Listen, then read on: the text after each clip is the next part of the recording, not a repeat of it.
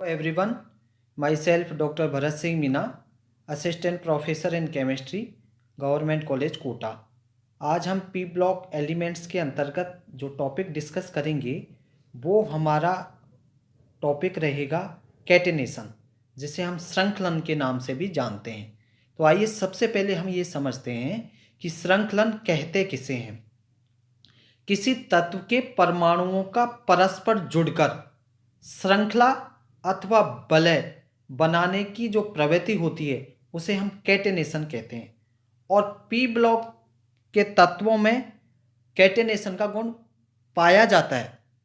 Carbon परमाणु P block तत्वों का ही एलिमेंट है जिसमें कैटेनेशन की जो प्रवृत्ति है वो इतनी अधिक है कि कार्बन के यौगिकों के स्टडी के लिए केमिस्ट्री की ऑर्गेनिक केमिस्ट्री के नाम से एक अलग ब्रांच बनाई गई जो कैटेनेशन के ही कारण है, क्योंकि श्रृंखलन की जो मुख्य रूप से प्रवृत्ति कार्बन की है, किंतु सिलिकॉन सल्फर आदि तत्वों में भी श्रृंखलन का गुण पाया जाता है, लेकिन सबसे अधिक कैटेनेशन कार्बन में ही होता है।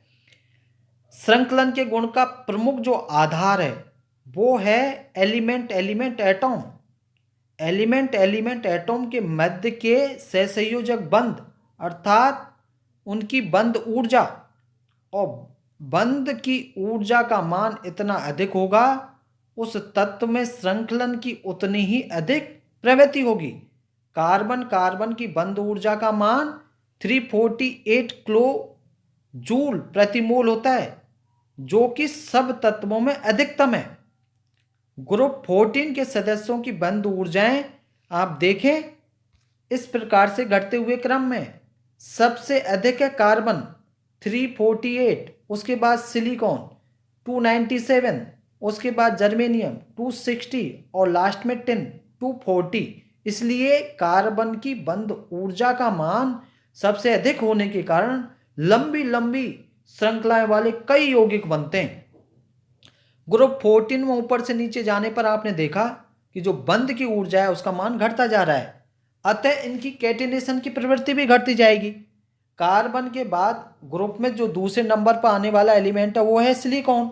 उसमें भी श्रृंखलन की प्रवृत्ति काफ़ी होती है। सिलिकॉन के कई श्रृंखला वलययुक्त यौगिक ज्ञात हैं। सिलिकॉन और जर्मेनियम के Si6H14, जर्मेनियम के Ge9H20 तक के हाइड्राइड ज्ञात हैं। Ge2Cl6 यौगिक भी ज्ञात है। टिन एवं लेड में भी कैटेनेशन केवल ऑर्गेनिक यौगिकों में ही होता है। हालांकि Na4Pb9 एंड Na2SN5 प्रकार के यौगिक ज्ञात हैं, लेकिन उनमें जो धातु परमाणु है वो पॉलीहेड्रल क्लस्टर के रूप में होते हैं।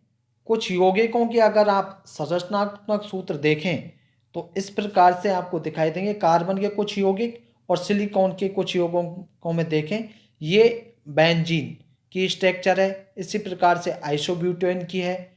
जर्मेनियम के कुछ यौगिकों की देखें तो एक वर्ग की भांति एक आवर्त में बढ़ते हुए परमाणु क्रमांक के साथ जो इलेक्ट्रॉन बंधुता या कहें ई बंध ऊर्जा घटती जाती है, इसलिए उनकी कैटेनेशन की प्रवृत्ति भी घटती जाती है। तृतीय आवर्त के कुछ सदस्यों की जो ई बंध ऊर्जा है वो इस प्रकार से हैं। देखिए कार्बन कार्बन की 350, फिर नाइट्रोजन की, फिर ऑक्सीजन की, फिर फ्लोरीन की। तो तृतीय आवर्त के कुछ सदस्यों की इसी क्रम में ये बंध ऊर्जाएं भी घटती जा रही हैं। हाइड्रोजन प्रकार के नाइट्रोजन यौगिक ज्ञात हैं, किंतु इनका जो स्थायित्व है वो कार्बन की तुलना में बहुत कम है।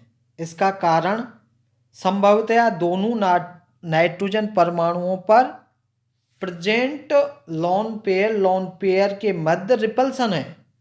नाइट्रोजन परमाणु के कार्बन मूलकों के साथ निम्न प्रकार के दो बंध यौगिक ज्ञात हैं। देखिए ये इस प्रकार से यहाँ पर ये बंध आपको दिखाई दे रहे हैं और नाइट्रोजन पर लोन पेयर। नाइट्रोजन के कुछ चक्रीय यौगिक भी ज्ञात हैं जिनके वलय में 5 नाइट्रोजन परमाणु तक हो सकते हैं, किंतु नाइट्रोजन के यौगिकों में से अधिकांश यौगिकों का स्थायित्व बहुत कम है। नाइट N2 प्रकार का फास्फोरस का यौगिक PH2 भी ज्ञात है, जिससे डाइफॉस्फीन कहा जाता है। ग्रुप 16 के सदस्यों में से ऑक्सीजन और सल्फर के कुछ यौगिक ज्ञात हैं, जिनमें इन तत्वों की कैटिनेशन की प्रवृत्ति प्रदर्शित होती है। ऑक्सीजन का तो पर्याप्त प्रचलित यौगिक हाइड्रोजन परऑक्साइड ही है, जिसमें ऑक्सीजन ऑक्सीजन बंद रहता है। ये देखिए, ये हाइड्रोजन परऑक्साइड है और इनमें किस प्रकार से ऑक्सीजन ऑक्सीजन बंद पाया जाता है। सल्फर का H2O2 प्रकार का यौगिक H2H2 हाइड्रोजन डाइसल्फाइड तो ज्ञात है, कुछ अन्य पॉलीसल्फाइड भी ज्ञात हैं। देखिए, hydrogen disulphide, hydrogen trisulphide, hydrogen tetrasulphide और हाइड्रोजन पेंटासल्फाइड। इन पॉलीसल्फाइडों में ऑक्सीकरण अवस्था की कैलकुलेशन की जाए तो वो वैल्यू एक फ्रैक्शनल आती है। H2S4 में सल्फर का ऑक्सीडेशन अंक -0.5 आएगा। इसको हम H2S4 की आणविक संरचना के आधार पर इस प्रकार समझा सकते हैं कि 2 सल्फर परमाणु -1 ऑक्सीकरण अवस्था संख्या वाले हैं और शेष 2 सल्फर परमाणु 0 ऑक्सीकरण अवस्था वाले हैं। अतः इनकी जो औसत ऑक्सीकरण संख्या होगी वो -0.5 होगी। सल्फर और ऑक्सीजन के तत्व रूप में तुलना की जाए तो सल्फर सल्फर बंध ऊर्जा का मान 264 किलो जूल प्रति मोल है और ऑक्सीजन के ऑक्सीजन बंध ऊर्जा का मान 146 किलो जूल प्रति मोल से कहीं अधिक है। सल्फर में कैटिनेशन की प्रवृत्ति ऑक्सीजन से काफ़ी अधिक होती है। ऑक्सीजन के द्विबंध की बंध ऊर्जा का मान 497 किलो जूल प्रति मोल इसके ऑक्सीजन एकल बंध की ऊर्जा की तुलना में 3 गुना से भी अधिक होता है। जनरल सिचुएशंस में oxygen O double bond O2 gas के रूप में होती है, जबकि सल्फर का स्थायी जो अपर रूप है वो विषम लंबाक्ष सल्फर S8 पार्श्व संरचना वाले ठोस के रूप में प्रेजेंट रहती है। ये देखिए, सल्फर का S8 विषम लंबाक्ष, जिसे रोम्बिक सल्फर के नाम से भी जानते हैं। ऑक्सीजन का एक अन्य रूप भी ज्ञात है, ओजोन, जिसकी संरचना इस प्रकार से, देखिए ये ओजोन की संरचना है। इसमें ऑक्सीजन परमाणु के मध्य आंशिक द्विबंध का गुण है। ये देखिए, आंशिक द्विबंध का गुण भी है, क्योंकि इसमें ऑक्सीजन और ऑक्सीजन की जो बंध दूरी है वो O डबल बॉन्ड O की बंध दूरी 1.21 तथा ऑक्सीजन सिंगल बंध H2O2 की बंध दूरी 1.49 एंगस्ट्रॉम के मध्य की है।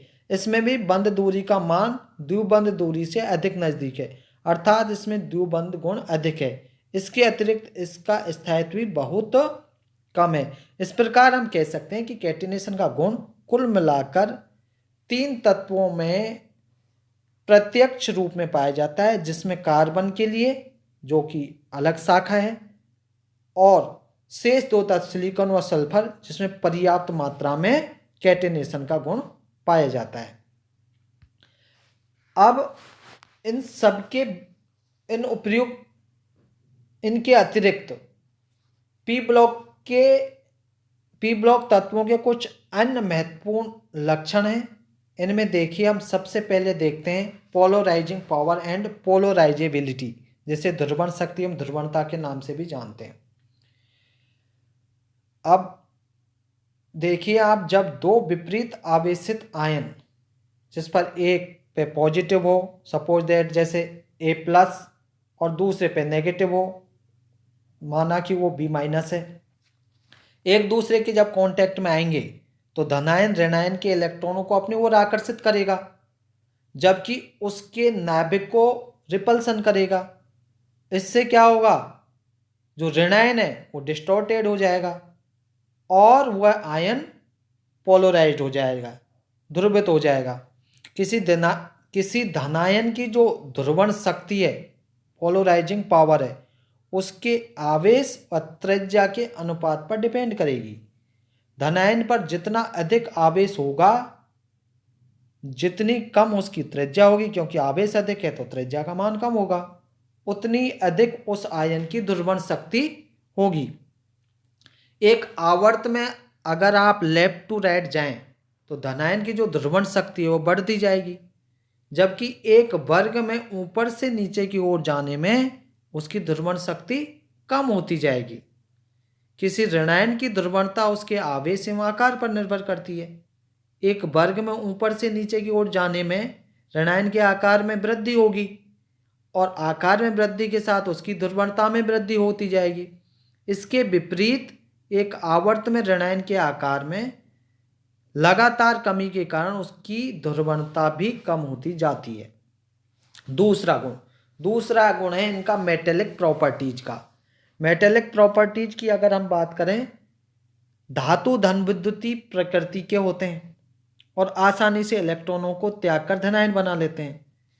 इस प्रकार से देखिए, इलेक्ट्रॉनों को त्यागा M+ और ये इलेक्ट्रॉन, और किसी तत्व की आयनन ऊर्जा जितनी कम होगी उतनी ही आसानी से वो इलेक्ट्रॉनों को खोकर धनायन बना लेगा, अर्थात उतना ही अधिक उसमें धात्विक गुण होगा।